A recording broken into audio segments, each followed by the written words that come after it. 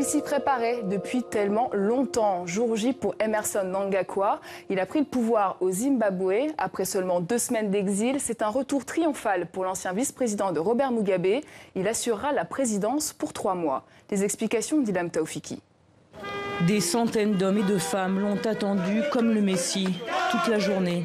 Des pancartes, des chants en son honneur et même des peluches de crocodiles, le surnom que l'on donne à Emmerson Mnangagwa. Le voilà qui se présente enfin devant le siège du parti au pouvoir, devant une foule galvanisée.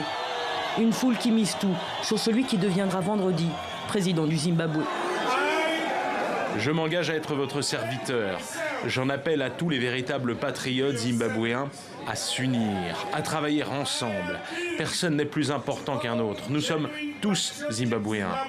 Nous voulons faire croître notre économie, nous voulons la paix dans notre pays, nous voulons des emplois, des emplois, des emplois dans notre pays. Si certains crient de joie, d'autres serrent les dents. C'est le cas de cet activiste. Son frère est porté disparu depuis 2015.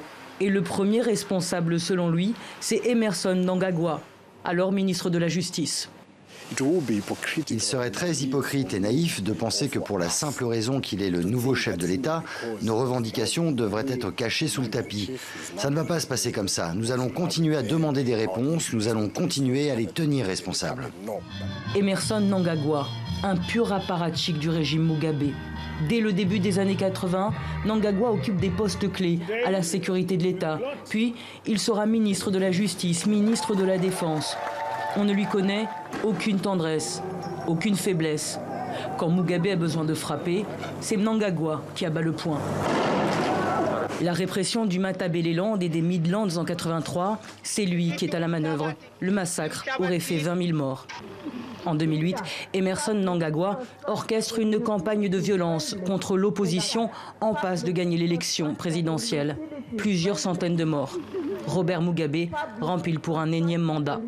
Mais 10 ans plus tard, après avoir longtemps rongé son frein et écarté les derniers obstacles, l'homme fort du pays désormais, c'est lui.